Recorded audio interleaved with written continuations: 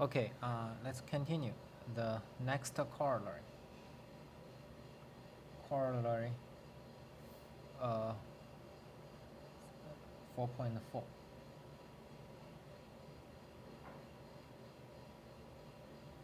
Corollary 4.4. Let A greater than or equal to 1/2 and G is still this sector. Ops value of the argument of Z is less than pi over 2a. Less than pi over 2a. A is 1/2. It's less than pi. So basically, you go to the upper half space and the lower half space. So it covers everything except the negative x-axis. Okay. So it's almost the whole complex plane except negative x-axis. And suppose that for every W in the boundary of G, the lim sup of Z approaching W, ops value of f of Z less than or equal to m. That's the same identical statement so far, the assumption so far. Moreover, assume that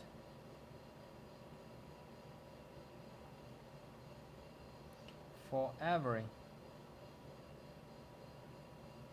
delta greater than 0, there is a constant. There is a constant P which may depend on delta.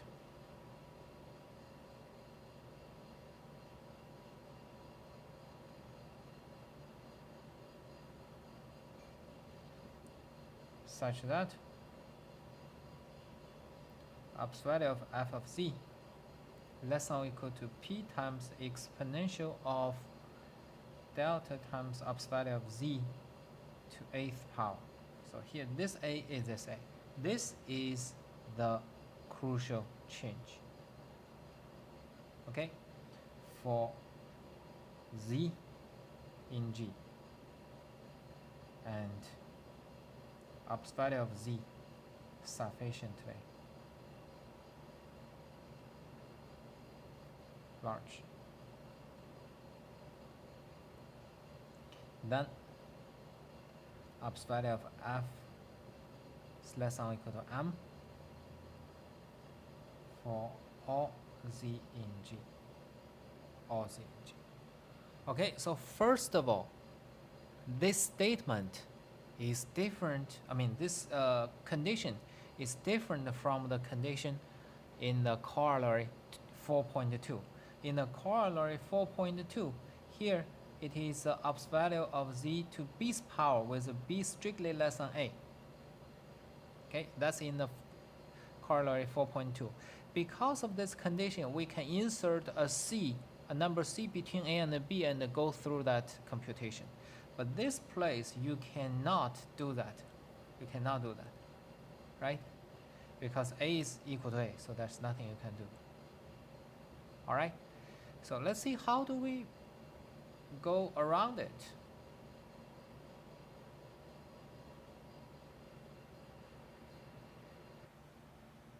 Okay, so let's define a supporting function.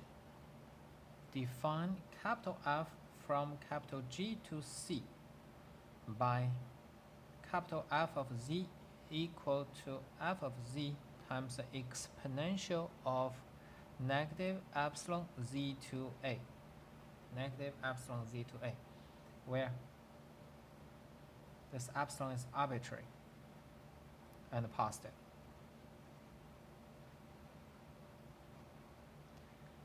Okay, for any epsilon, we do such definition. This F depends on, capital F depends on epsilon. And then for x positive and choose a delta. So here in the condition, so for every delta, so every delta you can find p. So this place we choose a delta such that delta is less than epsilon, smaller than epsilon. And then there is a constant p, with ops value of fx less than or equal to p exp delta minus epsilon times x to a, right? What happens? You see here, we only consider the positive x-axis, a positive number. We don't choose a random complex number. If we choose complex number, we don't have this situation. For example, let's see, if we have a complex number,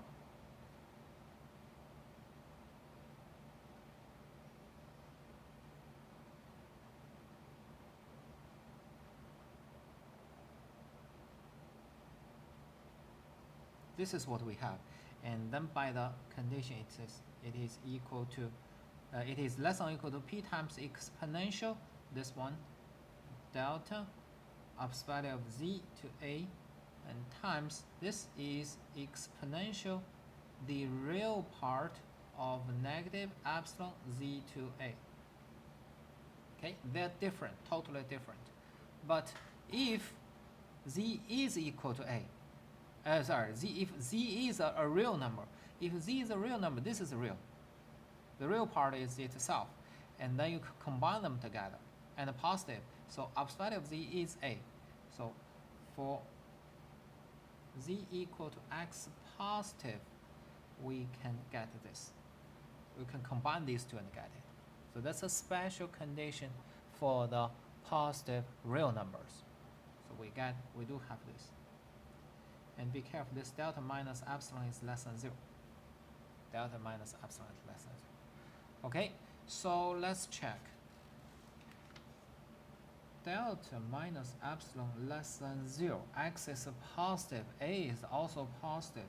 So ops value of fx will approach 0 as x approaches infinity in R.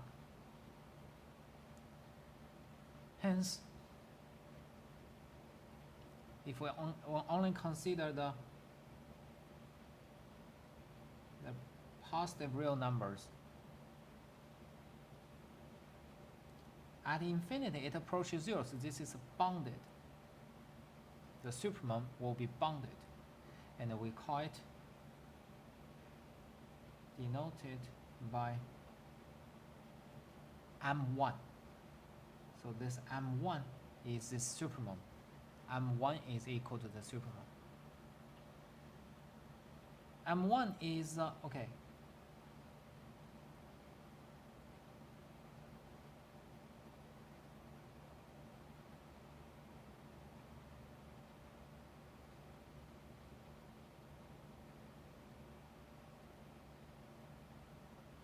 M1 is the maximum value, the supremum of the ops value f of z along the positive x-axis. Here you have the upper bound, capital M, along each of the boundary. Okay, so this time we define M2 to be the maximum of M1 and M. M2 is maximum, M1 and M. And we consider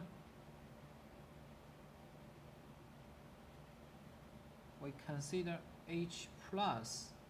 What is H plus? Here's H plus, here's H minus. The upper half sector and the lower half sector. H plus is Z in G with the argument of Z between 0 and pi over 2a. H minus Z in G with a argument between 0 and negative pi over 2a. All right, and the lim sub z approaching w upper value of capital F of z is less than or equal to m2. It's less than or equal to m2. Okay, why? Why this one is less than or equal to m2? Because along the original boundary, let's see.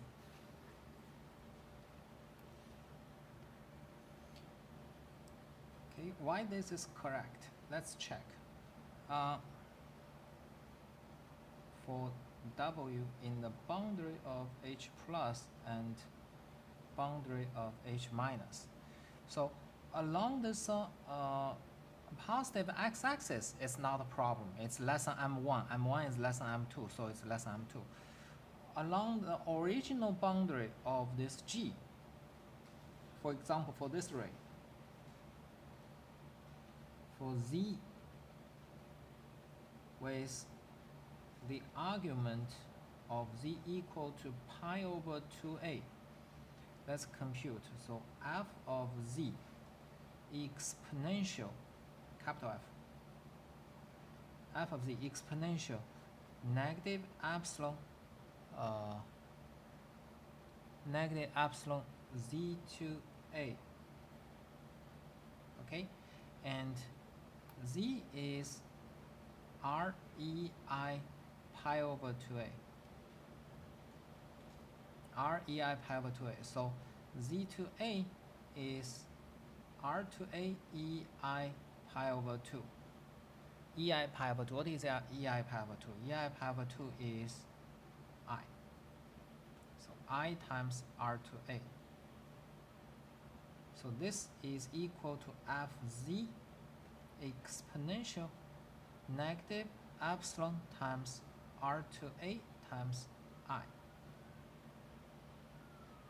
Right? Epsilon times r to a times I. And then when we compute absolute value,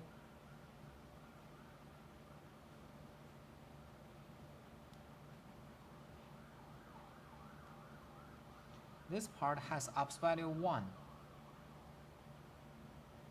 And this one is bounded by m. M is less than or equal to m2. This bounded by m is, the boundary by m is from where? Here.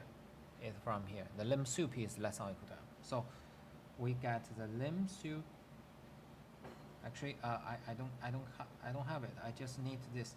The lim sup z approaching w with the argument w is pi over 2a.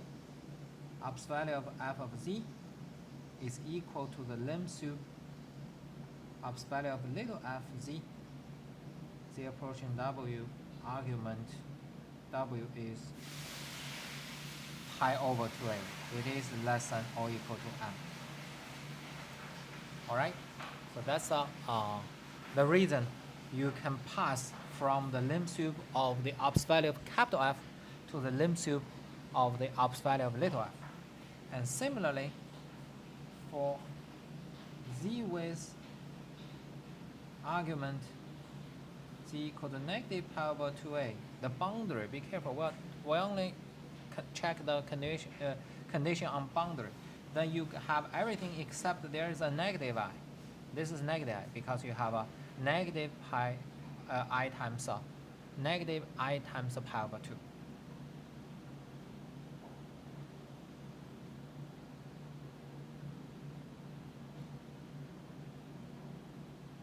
But either negative or positive, this exponential to any number times I and a real number times I is always 1. So similar.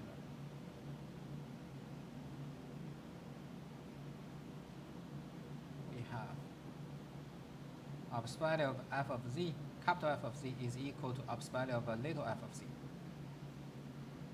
Alright, so that's a verification how we get this condition. In the textbook, they only mention that the lim sup of little f of z is less than or equal to m2.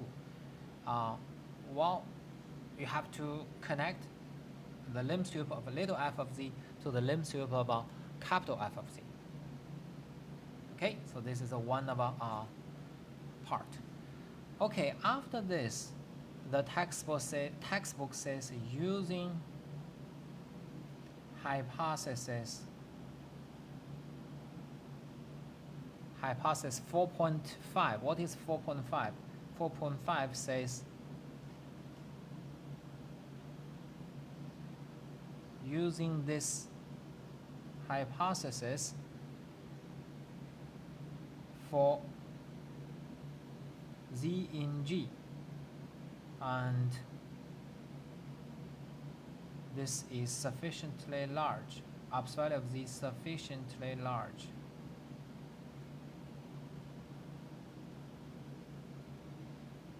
and using this plus, of course, plus this this condition, the corollary 4.2 gives f of z ops value less than or equal to m2 for all z in H plus and H minus. Hence,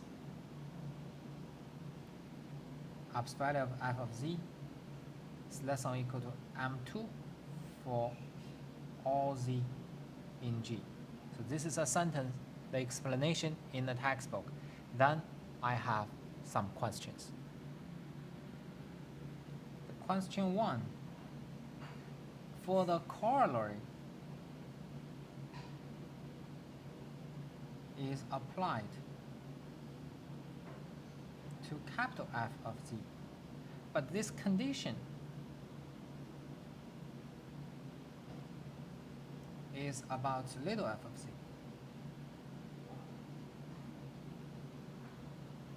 How do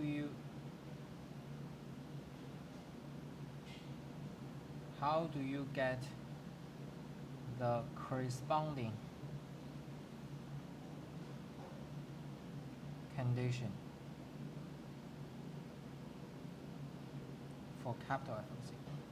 Okay, so in order to apply the corollary, you need the capital F of z is less than or equal to some p times stuff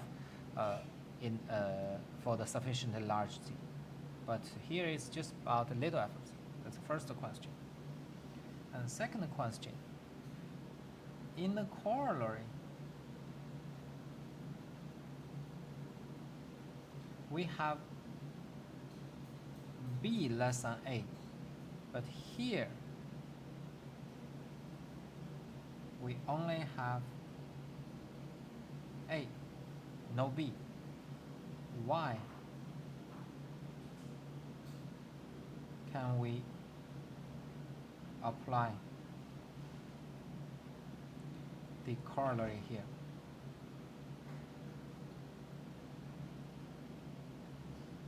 Why can we apply corollary here? So two questions. So next time I'm going to answer these two questions. You think about it, see if you can overcome those two questions. Okay? So if you do not think about these two questions, just directly pass it, it's clearly not correct, right? Okay, so now what we have, we already have f of z less than, ops value of f of z less than capital M of 2. But the theorem says it should be less than or equal to m. So we need to prove that m of 2 is equal to m. M of 2 is equal to m. M of 2 is m1 and m2, the maximum, m1 and m2. So we prove it by contradiction. So if m1 is strictly greater than m2, so the m1 is strictly greater than m, so m2 is equal to m1. And then what we have? We have absolute value of f assumes its maximum value in G at some point x with x between 0 and infinity. Why? If x is the origin, then it will belong to the boundary. Okay, so origin is here. If it is origin, it belongs to the boundary. The maximum value is m. But now we get the maximum value is m1, so x cannot be this. At infinity, capital F approaches 0. So at infinity, you don't have the maximum value. So it will definitely reach the maximum value, the supremum, between 0 and infinity. Between 0 and infinity, it's inside the G. It's inside the G. Right? Well, if the ups value reach the maximum value inside the G, then this will give that F is a constant by the maximum principle.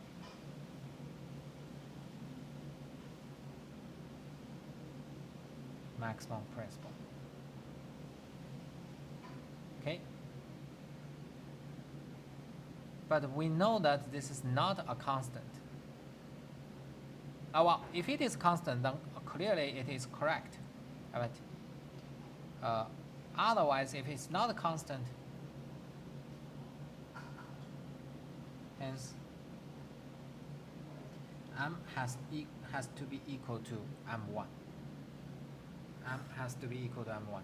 If m is equal to m1, then it implies this x could be 0. If x is 0, there's nothing to discuss because it's still the boundary. It's still the boundary. So you cannot get the violation. Okay? So the ups value of f of z is less than or equal to capital M2, which is equal to m. Which is equal to m. Well, we're not done yet. What we have, capital F of z is little f of z times exponential negative epsilon z to a. It is less than or equal to capital M, right? And then we move this to the right side, we get ups value of f of z is less than or equal to m times exponential epsilon, the real part of z to a. Okay, so this is correct. M is independent of epsilon. Let epsilon approaching 0 from right side, we get ups value of f of z is less than or equal to m for all z in G. For all z in G. All right, so this is the end of the proof. So this problem, the advantage, the tricky part is to divide the whole region into two parts, H plus and H minus. That will answer the second question I raised. So if you don't understand it, I will explain that next time. It will answer the second question. And also the tricky part is this epsilon. It is a supporting factor. Where is it? Supporting factor. Where? Negative epsilon z to a. That's also interesting. So anyway, this is again a tricky problem. Try to understand, reproduce it. Because if you can reproduce it, it means you convince yourself about this problem. And this condition, like a p exponential delta ups value of z to a, is a very delicate. For example, in the book, they provide an example. So let G be the set z is not equal to 0, and the argument of z is less than pi over 2a. okay, less than pi over 2a. And let f of z be the exponential of z to a, exponential of z to a for z in G, z in G. Then what we get? We can compute Up's value of f of z, which is the exponential of the modulus of z to 8th power and the cosine a theta. So here remember that if z is rei theta, then z to a is r to a ei a theta. So it's r to a cosine a theta plus I sine a theta. So the real part will be r to a cosine a theta. So this is exactly the real part. The real part will give you the absolute value, the modulus, okay? Where theta is the argument of z. And for z in the boundary of G, when z is in the boundary of G, the absolute value of f is exactly equal to 1. Why? Because when it's a boundary of G, the cosine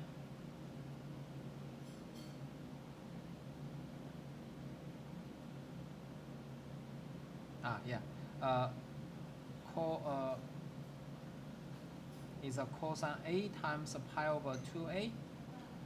So its absolute value z to a cosine pi over 2. Cosine pi over 2 is 0. Right? Cosine pi over 2, cosine negative pi over 2 are both 0. So boundary you can have plus or minus. Plus or minus. This is a product. It's always equal to 0. When this number is equal to 0, exponential of 0 is 1. So it's a bounded. Over the boundary it is bounded. But the f of z is unbounded.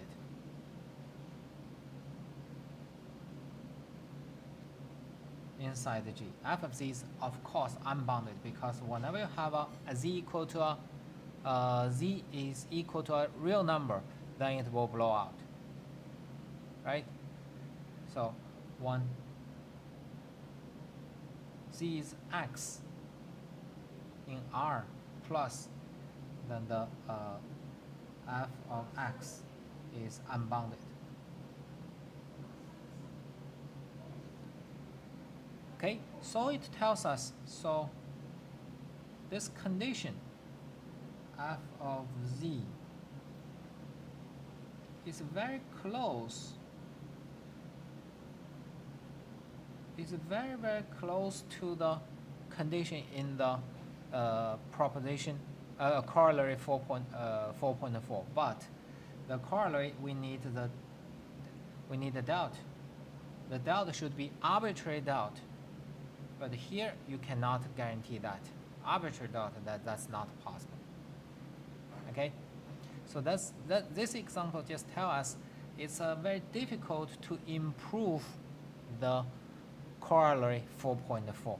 You modify this delta a little bit, you give it a change, then you should be very, very careful. Sometimes the theorem does not work. Okay, so this is the section 4, the Fragment-Lindelof theorem. In this theorem, in this section, I'm not going to assign any exercise because they are all complex. None of them is a simple problem. But if you want, you can try some of them. And also, there are solutions here or there about this type of a problem. You can try to search, if you have time. If you don't worry. The exam will not test any exercise from this section, but the exam may test the proof of the theorem from this section, like the theorem and two corollaries. Okay, the exam problem may come from the proof of the Lindelof fragment theorem and the two corollaries, or even the f of z, absolute value f of z is less than or equal to 1 plus absolute value of z to 1/2. Those discussions, whatever I have discussed may be the problems in the exam. Okay? Only the exercise, I mentioned exercise in this section will not come to the exam. All right. Okay, so this is section 4 and chapter 6. Now let's talk about chapter 7. Chapter 7 is compactness and convergence in the space of analytic functions. Compactness and convergence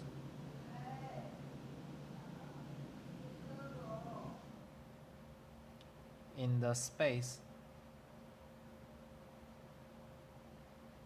of analytic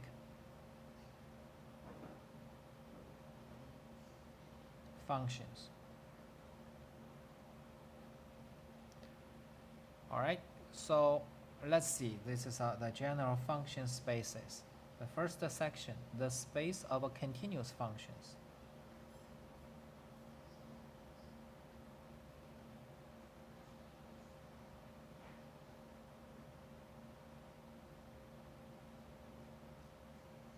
We call it a CG omega, CG omega.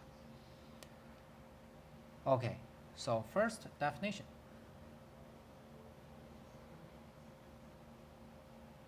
If G is an open set,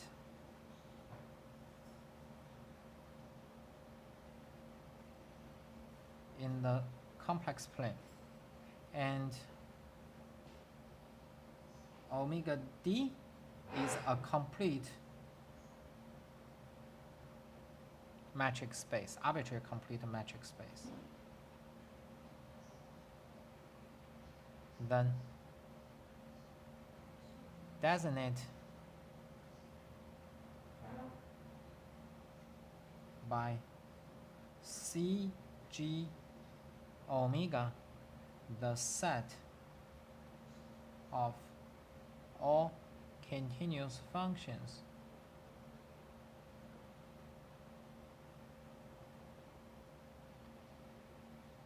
from G to omega. Okay, so from G to omega. So here, in order to talk about continuous function, we need the topology. Topology depends on the this complete metric space. Complete metric space is a topological space, and then you can talk about the topology and then the continuous function. But here, this complete metric space may not be linear. So if we only study the CG omega, you don't know if what is the meaning of f plus g. Two functions, they may not be addable because omega is just metric space, not a linear space. Okay? Okay, so that's one thing. We only say it is a set. We don't have any structure yet. And this set, CG omega, is non-empty. Why? Because all constant functions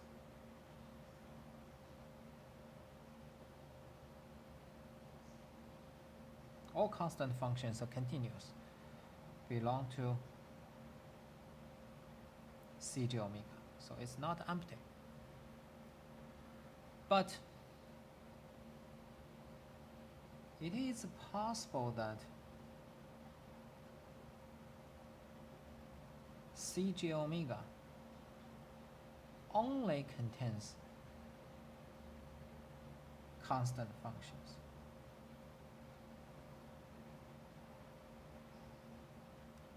So how? For example, if we have CG natural numbers, a discrete set, G, not G, let's use just C. C is a complex plane, whole complex plane, and the complete metric space is a natural numbers. Okay, this contains only constant functions.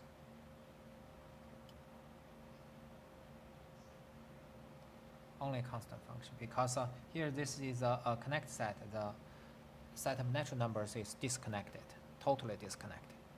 So there's no way to get other function, other continuous function. But regularly in our study, we will use omega as either C or C infinity, extended complex plan. So for those two choices, Cj omega has many non-constant functions, elements, non-constant functions, continuous functions.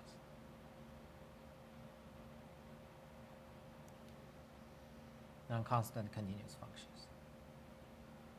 Okay.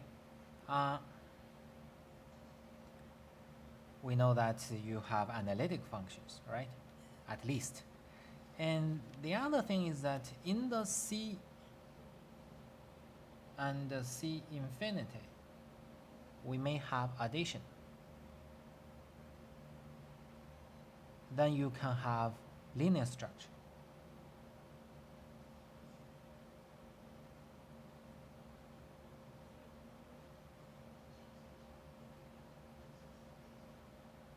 Also, in this C and the C infinity, we can define, this is not just C infinity. In C and the C infinity, we can measure the distance between two functions f and g from C, G, omega. Well, here I think I need to make this a little bit clear. This depends on the linear structure.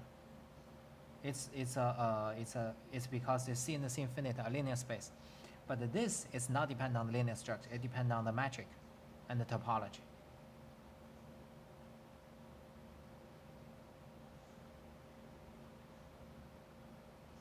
Okay, so next we're going to see how do we define the distance between two functions, two continuous functions. How do we do that definition? In order to do that definition, we are going to study the next proposition. Okay, so we will stop this video at this moment and continue the study of the distance in Cj omega in the next video. Okay, so we stop it here now. Thank you.